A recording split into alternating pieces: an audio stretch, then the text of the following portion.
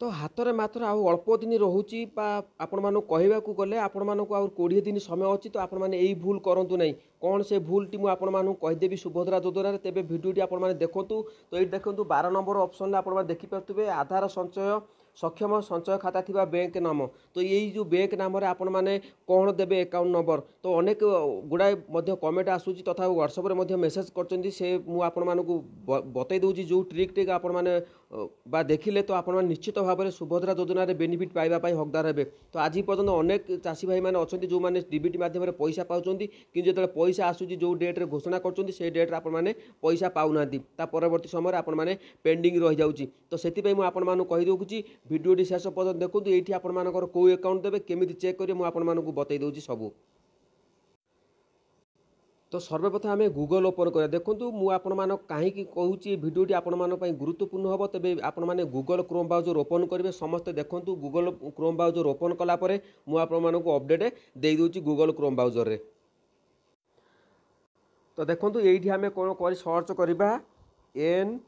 NPCI देखूँ बहुत गुरुत्वपूर्ण video देखूँ NPCI सर्च करवा तो सर्च कलापर तो देखो ये जो प्रथम ऑप्शन टी आसूँ तो ये आम क्लिक करवा तो समस्त ध्यान दे भिडियोटी देखूँ आपण परवर्ती समय सुभद्रा योजना पैसा आसो तो आपको असुविधार सम्मुखीन हम डायरेक्ट 17 तारीख आपण अकाउंट क्रेडिट हम तो देखो एमती तौक स्क्रॉल करदे आपने देखिपे ये जो कंज्यूमर लिखा जाए मुझे जूम कर दूसरी आपको प्रथम ऑप्शन जो कंज्यूमर आसी से कंज्यूमर उपर क्लिक करदे क्लिक कलापर जो भारत आधार सीडिंग आपने देखिपे भारत आधार सीडिंग एनाबेल तो ये आम क्लिक करवा देखो क्लिक कलापर तो आपने देखिपे आप सामने आउ गोटे पेज को से नहीं जीव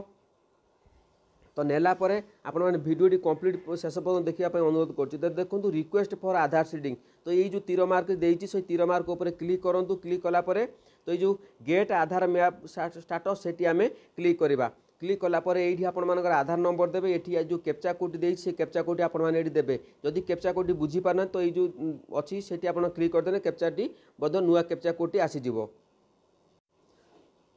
तो देखो ये आम आधार नंबर देदेबा कैप्चा कोड देदेबा कैप्चा कोड देलापर जो चेक स्टाटस उपर आम क्लिक करवा देखो ये आम क्लिक करवा क्लिक कलापर तो आपण आधार नंबर गोटे जो मोबाइल नंबर लिंक थी से गोटे ओटीपी आसो तो से ओटीपी आपने कौन करेंगे ये फिलअप करदे जो एंटर ओटीपी अच्छी तो ये आपने देखिपे जूम कर दूसरी एंटर ओटीपी उपर देलापर ये सबमिट करदे तो देखो ये मोर ओटीपी देलापर ये जो सबमिट अच्छी सबमिट उपर मुझे क्लिक कर दूसरी सबमिट उपर क्लिक कलापर देखो आपण सामना को से गोटे यही भाव में पेज खोलीदेव तो आधार नंबर ये शेष 4 अंक विशिष्ट देखेब तो देखो मैपिंग स्टाटस माने आपर NPCI स्टाटस ठीक अच्छे एनाबेल फॉर डीबीटी माने आपण मैंने डीबीटी मध्यम पैसा पाई योग्य अटन तेज आपण जदि मैपिंग स्टाटस जगह डिसेबल फॉर लिखि तेज आपण मैंने तुरंत ताकू बैंक जाइए अपडेट करेंगे तेज जब बैंक आप लेट हे तेज आप तुरंत पोस्टाल बैंक आपने अकाउंट खोलदे आपर ठीक हो सुभद्रा योजना पैसा आपने पाइपर तो देखिपे ये आपर NPCI सबकि डिटेल्स आपने देखिपे तो बैंक नेम देती ओडिशा ग्राम्य बैंक तो आपने ओडिशा ग्राम्य बैंक जो मानकर थी से आपर पैसा आसीज ओडिशा ग्राम्य बैंक कारण देखो आप NPCI सहित ओडिशा ग्राम्य बैंक ठीक रही तेज अपडेट आपने बुझीपारे तो ये ओडिशा ग्राम्य बैंक आपने कौन करेंगे तेज परवर्त समय आपको ये डिटेल्स आप जापारे सब ठीक अच्छे तेज कौन करेंगे पुणी आम से पेज को जापर आम जो आधार